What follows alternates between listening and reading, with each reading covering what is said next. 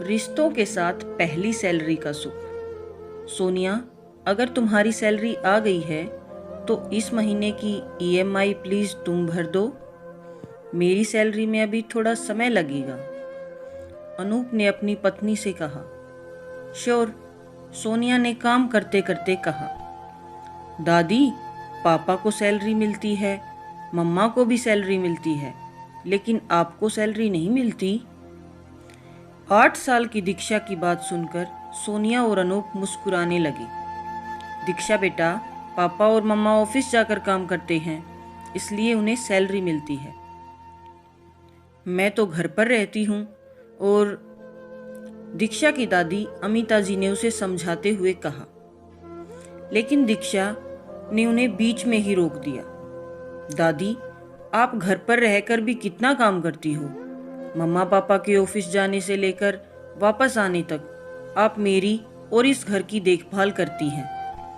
मेरी पढ़ाई का भी आप बहुत अच्छे से ध्यान रखती हैं। आप मुझे पढ़ाती हैं और साथ ही मेरी सभी एक्स्ट्रा एक्टिविटी भी अच्छे से करवाती हैं, इसलिए मैं क्लास में टॉप करती हूँ।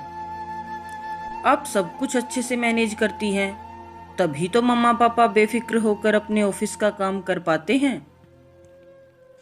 और आपके हिसाब से ये सब काम की कोई कीमत नहीं है, इसलिए कोई सैलरी भी नहीं। दीक्षा की बात सुनकर वहां सन्नाटा छा गया। किसने कहा कि इन सब कामों की कोई कीमत नहीं है और मुझे सैलरी नहीं मिलती? तुम्हारी आंखों में मेरे लिए प्यार और सम्मान है, यह मेरी सैलरी है। मेरा और सोनिया का रिश्ता सास बहू से ज्यादा दोस्त का है, यह मेरी सैलरी है। मेरा बेटा मुझे मान देता है और मेरी कोई बात अनसुनी नहीं करता, यह मेरी सैलरी है। मैं तुम्हारी मम्मा से या पापा से कभी भी पैसे मांगती हूँ तो उन्होंने कभी यह नहीं पूछा कितने और क्यों चाहिए। यह विश्वास मेरी सैलरी है। दीक्षा बेटा, हमेशा सैलरी कागज के रूप में मिले यह जरूरी नहीं। मेरी कमाई, मेरी सैलरी, यह रिश्ते हैं जो मैंने कमाए हैं। बेटा, पैसा सभी कमा लेते हैं, लेकिन रिश्ते कमाना बहुत मुश्किल होता है और मैंने यह भरपूर कमाए हैं। दादी की बात सुनकर दीक्षा बोली, सच्ची दादी, आप तो बहुत अमीर हो, कहकर गले लग गई। लेकिन माँ, दीक्षा ने सही कहा, आप तो तभी तो मैं और अनूप निश्चिंत होकर अपना काम कर पाते हैं। सच बताइएगा, क्या आपका मन नहीं करता कि आपकी खुद की कमाई हो, जिसे खर्च करने के लिए ना किसी से इजाजत लेनी पड़े और ना किसी को हिसाब देना पड़े? सोनिया ने अमिता जी का हाथ पकड़कर कहा, वैसे मुझे हमेशा नहीं, कभी कभी लगता है जब तुम सबके लिए कुछ खरीदना चाहती हूँ। अमिता जी ने हिचकते हुए कहा। वही तो मैं भी कल से दादी को समझा रही हूँ कि आप ट्यूशन क्लास शुरू कर दीजिए, लेकिन दादी ने मना कर दिया। दीक्षा की बात सुनकर सोनिया और अनूप अमिता जी की तरफ देखने लगते हैं। माँ, यह दीक्षा क्या कह रही है और यह ट्यूशन क्लास का क्या चक्कर है? अनूप बोला, अरे कुछ नहीं, यह दीक्षा ऐसे ही बातें बना रही है। अमिता जी ने बात को टालना चाहा। मम्मा पापा, मैं बताती हूँ। मेरी दोस्त नेहा की मम्मी ने पूछा कि तुम क्लास में हमेशा टॉप करती हो, किससे ट्यूशन लेती हो?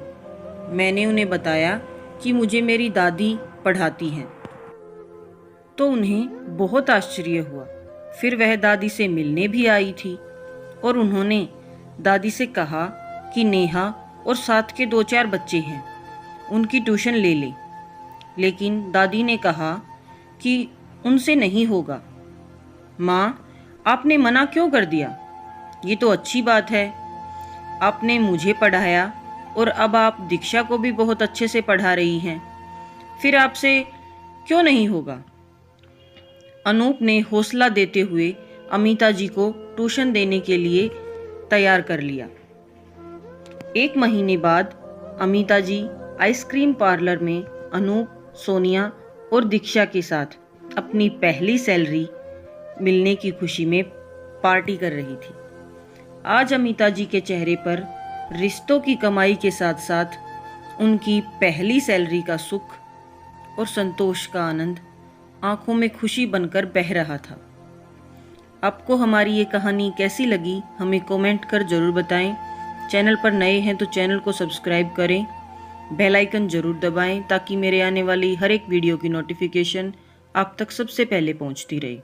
वीडियो पसंद आए तो वीडियो को लाइक ज़रूर करें। Thank you. Thanks for watching.